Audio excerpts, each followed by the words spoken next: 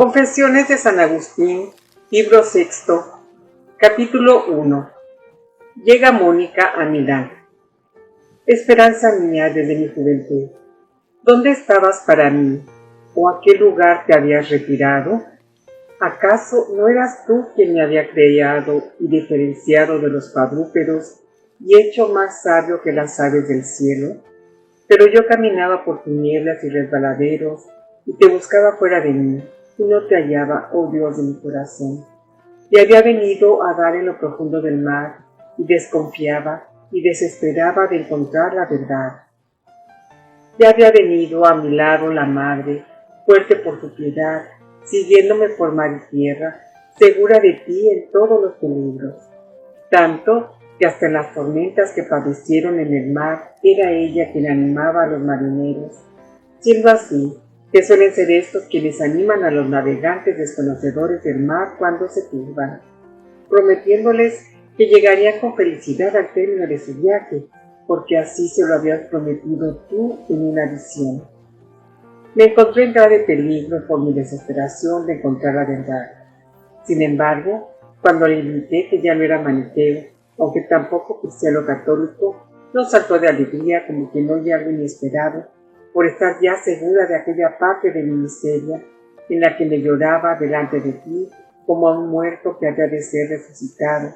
y me presentaba continuamente en las andas de tu pensamiento, para que tú dijeses al hijo de la viuda: joven, a ti te digo, levántate, y reviviese y comenzase a hablar y tú lo entregases a tu madre. Ni se turbó su corazón con inmoderada alegría al oír cuánto se había cumplido ya de lo que con tantas lágrimas te suplicaba todos los días le concedieras, viéndome, si no en posesión de la verdad, si alejado de la falsedad. Antes bien, porque estaba cierta de que le habías de dar lo que restaba, pues le habías prometido concedérselo todo. Me respondió con mucho sosiego y con el corazón lleno de confianza que ella creía en Cristo, que antes de salir de esta vida me había de ver católico fiel. Esto en cuanto a mí, porque en cuanto a ti, oh fuente de la misericordia, redoblaba sus oraciones y lágrimas para que acelerases tu auxilio y esclarecieras mis tinieblas, y acudía con mayor solicitud a la iglesia para quedar suspensa de los labios de Ambrosio, como de la fuente de agua viva que salta hasta la vida eterna. Porque amaba ella a este varón como a un ángel de Dios, pues conocía que por él había venido yo en aquel intermedio a dar en aquella fluctuante indecisión, por la que presumía segura que había de pasar de la enfermedad a la salud, salvado que hubiese aquel peligro agudo que por su mayor gravedad llaman los médicos crítico. Capítulo 2. Mónica obedece a una prohibición episcopal. Así pues, como llevase según solía en África puches, pan y vino a las memorias de los mártires, y se lo prohibiese el portero, cuando supo que lo había vedado el obispo, se resignó tan piadosa y obedientemente que yo mismo me admiré de que tan fácilmente se declarase condecoradora de aquella costumbre, más bien que criticadora de semejante prohibición. Y es que no era la violencia la que dominaba su espíritu, ni el amor del vino le encendía el odio de tu verdad, como sucedía a muchos hombres y mujeres que sentían náuseas ante el cántico de la sobriedad, como los beodos ante la bebida aguada. Antes ella, trayendo el canastillo con las acostumbradas viandas que habían de ser probadas y repartidas, no ponía más que un vasito de vino aguado, según su gusto harto sobrio, de donde tomara lo suficiente para hacer aquel honor. Hicieran mucho los sepulcros que debían ser honrados de este modo, traía el vasito por todos, no solo muy aguado, sino también templado, el cual repartía con los suyos presentes, dándoles pequeños sorbos, porque buscaba en ello la piedad y no el deleite. Así que tan pronto como supo que este esclarecido predicador y maestro de la verdad había prohibido se hiciera esto, aun por los que lo hacían sobriamente, para no dar con ello ocasión de emborracharse a los ebrios, y porque éstas, a modo de parentales, ofrecían muchísima semejanza con la superstición de los gentiles, se abstuvo muy conforme, y en lugar del canastillo lleno de frutos terrenos, aprendió a llevar a los sepulcros de los mártires el pecho lleno de santos deseos, y a dar lo que podía a los pobres, y de este modo celebrar la comunión con el cuerpo del Señor allí, a imitación de cuya pasión fueron inmolados y coronados los mártires. Pero tengo para mí, Señor y Dios mío, y así lo cree en tu presencia mi corazón, que tal vez mi madre no hubiera cedido tan fácilmente de aquella costumbre, que era sin embargo necesario cortar si lo hubiese prohibido otro, a quien no amase tanto como Ambrosio, porque realmente le amaba sobremanera por mi salvación, así como él a ella por la religiosidad y fervor con que frecuentaba la iglesia, con toda clase de obras buenas, de tal modo que cuando me encontraba con él, solía muchas veces prorrumpir en alabanzas de ella, felicitándome por tener tal madre, ignorando él qué hijo tenía ella en mí, que dudaba de todas aquellas cosas y creía era imposible hallar la verdadera senda de la vida. Capítulo 3. Dificultad de llegar a Ambrosio muy ocupado. Ni siquiera gemía orando para que me socorrieras, sino que mi espíritu se hallaba ocupado en investigar e inquieto en discutir, teniendo al mismo Ambrosio por hombre feliz según el mundo, viéndole tan honrado de tan altas potestades. Solo su celibato me parecía duro de soportar, pero yo no podía sospechar, por no haberlo experimentado nunca, las esperanzas que abrigaba y las luchas que tenía que sostener contra las tentaciones de su propia excelencia, ni los consuelos de que gozaba en las adversidades, ni los sabrosos deleites que gustaba con la boca interior de su corazón cuando rumiaba tu pan eucarístico, ni él, a su vez, conocía mis inquietudes, ni la profundidad de mi peligro, por no poderle yo preguntar lo que quería y cómo quería, y de cuyos oídos y boca me apartaba la multitud de hombres de negocios a cuyas flaquezas él servía. Cuando esto le dejaba libre, que era muy poco tiempo, se dedicaba a reparar las fuerzas del cuerpo con el alimento necesario o las de su espíritu con la lectura. Cuando leía, lo hacía pasando la vista por encima de las páginas, penetrando su alma en el sentido, sin decir palabra ni mover la lengua. Muchas veces, estando yo presente, pues a nadie se le prohibía entrar ni había costumbre de avisarle quién venía, le vi leer calladamente, y nunca de otro modo, y estando largo rato sentado en silencio, porque ¿quién se atrevía a molestar a un hombre tan atento?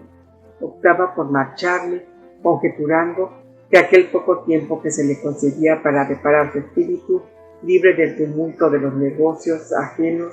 no quería se lo ocupase en otra cosa, leyendo mentalmente, quizá por si alguno de los oyentes, suspenso y atento a la lectura, hallara algún pasaje oscuro en el autor que leía y exigiese se le explicara o le obligase a disertar sobre cuestiones difíciles, gastando el tiempo en tales cosas, por lo que no pudiera leer tantos volúmenes como deseaba, aunque más bien creo que lo hiciera así por conservar la voz, que con facilidad se le enrojecía.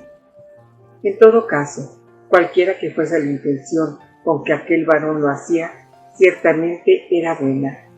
Lo cierto es que a mí no se me daba tiempo para interrogar a tan santo oráculo tuyo, que era en su pecho sobre las cosas que yo deseaba, sino cuando solo podía darme una respuesta breve y mis inquietudes requerían mucho tiempo y dedicación en aquel con quien las había de conferir,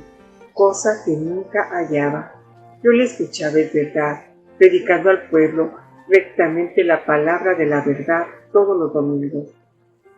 confirmándome más y más en que podían ser sueltos los nudos todos de las maliciosas calumnias que aquellos engañadores nuestros levantaban contra los libros sagrados. Así que cuando averigüé que los hijos espirituales, a quienes has regenerado en el seno de la Madre Católica, con tu gracia, no entendían aquellas palabras, hiciste al hombre a tu imagen, de tal suerte que creyesen o pensasen que estabas dotado de forma de cuerpo humano, aunque no acertara yo entonces a imaginar, pero no aún siquiera a sospechar de lejos, el ser de una sustancia espiritual. Me alegré de ello, avergonzándome de haber ladrado tantos años no contra la fe católica, sino contra los engendros de mi inteligencia carnal, siendo impío y temerario por haber dicho reprendiendo lo que debía haber aprendido preguntando. Porque ciertamente tú, oh Altísimo y Próximo, Secretísimo y Presentísimo, en quien no hay miembros mayores ni menores, sino que estás todo en todas partes, sin que te reduzcan a ningún lugar, no tienes ciertamente tal figura corporal, no obstante que hayas hecho al hombre a tu imagen y desde la cabeza a los pies ocupe éste un lugar. Capítulo 4. Creer para entender el catolicismo. No sabiendo, pues, de qué modo puede ser el hombre imagen tuya, debiera haber consultado sobre la manera de creer en ella y no oponerme insultando, como si realmente fuera aquello que yo creía. Y así, tanto más agudamente me roía el corazón la preocupación de alcanzar algo cierto, cuanto más me confundía el haber vivido tanto tiempo engañado y burlado por la promesa de cosas ciertas y haber sostenido con pueril empeño y animosidad tantas cosas dudadas como ciertas. Sin embargo, y era cierto para mí que eran dudosas, no obstante que en algún tiempo las creía ciertas, es decir, cuando con mis ciegas disputas combatía tu fe católica, a la cual, aunque entonces no conocía por maestra de la verdad, al menos sabía que no enseñaba aquellas cosas de que gravemente la acusaba. Por esta razón me llenaba de confusión y volvía contra mí, y me alegraba, Dios mío, de que tu iglesia única, cuerpo de tu unigénito, y en la cual siendo niño se me había inculcado el nombre de Cristo, no gustase de tan pueriles engaños, y tuviera como doctrina sana el que tú, Creador de todas las cosas, estuvieses confinado en un lugar, aunque es muy amplio, pero al fin limitado por la figura de los miembros humanos. También me alegraba de que las antiguas escrituras de la ley y los profetas ya no se me propusiesen en aquel aspecto de antes y que me parecían absurdas, reprendiéndolas como si tal hubieran sentido tus santos patriarcas, cuando en realidad nunca habían sentido de ese modo, y así oía con gusto decir muchas veces Ambrosio en sus sermones al pueblo, recomendando con mucho encarecimiento como una regla segura que la letra mata y el espíritu vivifica, al exponer aquellos pasajes que tomados a la letra parecían enseñar la perversidad, pero que interpretados en un sentido espiritual, roto el velo místico que les envolvía, no decían nada que pudiera ofenderme, aunque todavía ignorase si las cosas que decían eran o no verdaderas. Por eso retenía mi corazón de todo asentimiento, temiendo dar en un precipicio, pero con esa suspensión me mataba yo mucho más, porque quería estar tan cierto de las cosas que no veía como lo estaba, de que 2 y 3 son 5, pues no estaba entonces tan demente que creyese que ni aun esto se podía comprender, sino que así como entendía esto, así quería entender las demás cosas, ya fuesen las corporales, ausentes de mi sentido, ya las espirituales, de las que no sabía pensar más que corporalmente. Es verdad que podía sanar creyendo, y de este modo purificaba más la vista de mi mente, poder dirigirme de algún modo hacia tu verdad, eternamente estable y bajo ningún aspecto defectible. Y como suele acontecer al que cayó en manos de un mal médico, que después recela de entregarse en manos del bueno, así me sucedía a mí en lo tocante a la salud de mi alma, porque no pudiendo sanar sino creyendo, por temor de dar en una falsedad, rehusaba ser curado, resistiéndome a tu tratamiento. Tú, que has perfeccionado la medicina de la fe y la has esparcido sobre las enfermedades del orbe, dándole tanta autoridad y eficacia. Capítulo 5. Simplicidad y profundidad de las Escrituras. Sin embargo, desde esta época empecé ya a dar referencia a la doctrina católica, aunque me pareciese que aquí se mandaba con más modestia y de ningún modo falazmente, creer lo que no se demostraba, fuese porque, aunque existiesen las pruebas, no había sujeto capaz de ellas, fuese porque no existiesen, que no allí en donde se despreciaba la fe y se prometía con temeraria arrogancia la ciencia, y luego se obligaba a creer una infinidad de fábulas absurdísimas que no podían demostrar. Después, con mano blandísima y misericordiosísima, comenzaste, Señor, a tratar y componer poco a poco mi corazón, y me persuadiste, al considerar cuántas cosas creía que no había visto y a cuya formación había asistido, como son muchas de las que cuentan los libros de los gentiles, cuántas relativas a los lugares y ciudades que no había visto, cuántas referentes a los amigos, a los médicos y a otra clase de hombres que si no las creyéramos no podíamos dar un paso en la vida, sobre todo cuán inconcusamente creía ser hijo de tales padres, cosa que no podía saber sin dar fe a lo que me habían dicho, de que más de los que creen en tus libros te has revestido de tanta autoridad en casi todos los pueblos del mundo, deberían ser culpados los que no creyesen en ellos, y que así no debía dar oído a los que tal vez me dijeron, ¿de dónde sabes tú aquellos libros han sido dados a los hombres por el Espíritu de Dios, único y veracísimo? Porque seguramente esto era lo que mayormente debía creer, por no haber podido persuadirme en ningún ataque de las opiniones calvinosas que yo había leído en los muchos escritos contradictorios de los filósofos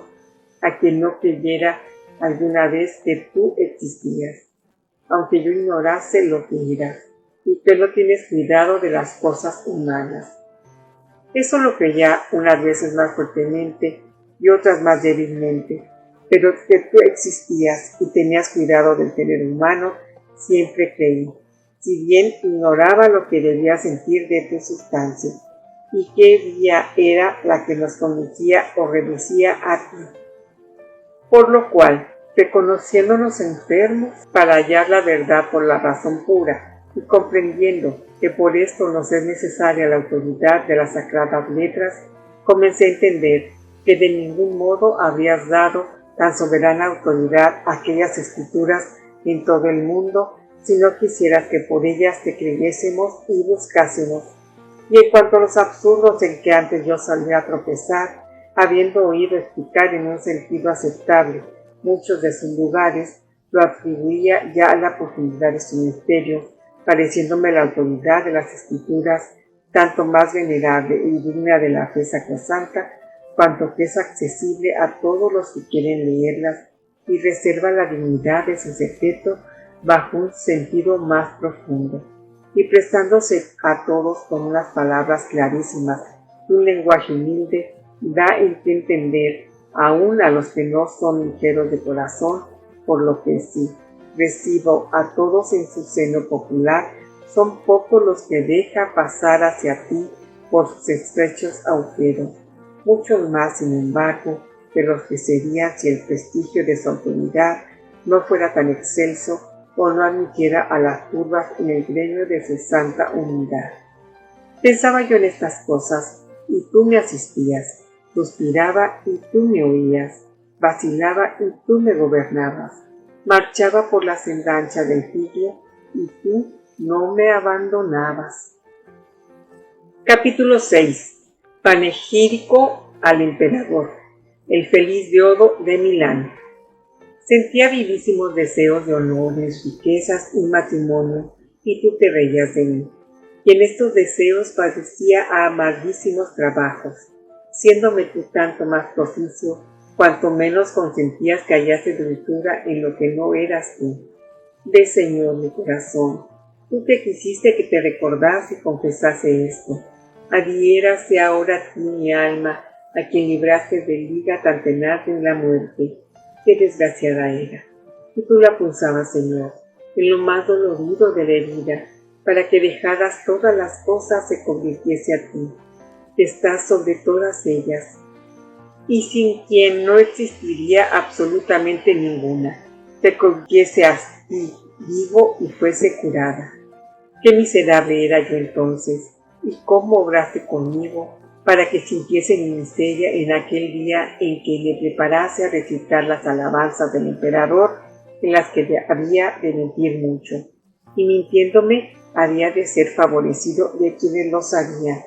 Respiraba anheloso mi corazón con tales preocupaciones, y se consumía con fiebres de pensamientos insanos, cuando al pasar por una de las calles de Milán, advertí a un mendigo, que ya harto a lo que creo, se sanchaba y divertía.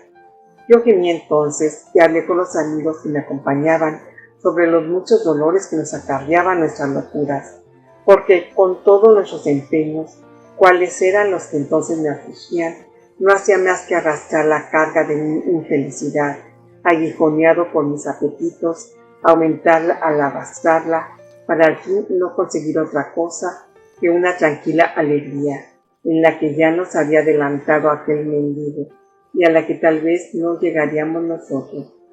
porque lo que éste había conseguido con unas pocas monedas de limosna era exactamente a lo que aspiraba yo por tan trabajosos caminos y rodeos, es saber, la alegría de una felicidad temporal. Cierto que la de aquel no era alegría verdadera, pero lo que yo buscaba con mis ambiciones era aún mucho más falsa, y desde luego él estaba alegre y yo angustiado, él seguro y yo temblando. Ciertamente que si alguno me hubiera preguntado entonces si prefería estar alegre o estar triste, hubiese respondido que estar alegre. Pero si nuevamente me preguntara si quería ser como aquel o como yo era, sin duda me escogería a mí mismo, lleno de cuidados y temores, mas esto lo hubiera hecho por mi perversidad. ¿Cuándo jamás con verdad? Porque no debía anteponerme yo a aquel por ser más docto que él, puesto que esto no era para mí fuente de felicidad, y yo solo buscaba con ello agradar a los hombres, y nada más que agradarles, no instruirles. Por eso quebrantaba, Señor, con el báculo de tu disciplina mis huesos. Apártense pues de mi alma los que le dicen, importa tener en cuenta la causa de la alegría, porque el mendigo aquel se alegraba con la borrachera, tú con la gloria. ¿Y con qué gloria, Señor? Con la que no está en ti, porque así como aquel gozo no era verdadero gozo, así aquella gloria no era verdadera gloria, antes pervertía más mi corazón, porque aquel digeriría aquella misma noche su embriaguez, y yo en cambio había dormido con la mía, y me había levantado con ella, y me volvería a dormir, y a levantar con ella, tú sabes por cuántos días. Importa, es cierto, conocer los motivos del gozo de cada uno. Lo sé, como sé que el gozo de la esperanza fiel dista incomparablemente de aquella vanidad. Pero también entonces había gran distancia entre nosotros, pues ciertamente él era más feliz que yo, no sólo porque rebosaba de alegría, en tanto que yo le consumía de cuidado, sino también porque él, con buenos modos, había adquirido el vino y yo buscaba la vanidad con mentiras. Muchas cosas dije entonces a este propósito a mis amigos, y muchas veces volvía sobre ellas para ver cómo me iba, y hallaba que me iba mal, y sentía dolor, y yo mismo me aumentaba el mal, hasta el punto que si me acaecía algo próspero, tenía pesar de tomarlo, porque casi antes de tomarlo se me iba de las manos. Laura Aguilar, leyendo libros para ti. Si te ha gustado este video, da like, Comenta. comparte, suscríbete a mi canal y da clic en la campanita para recibir nuevos videos. Paz y bien.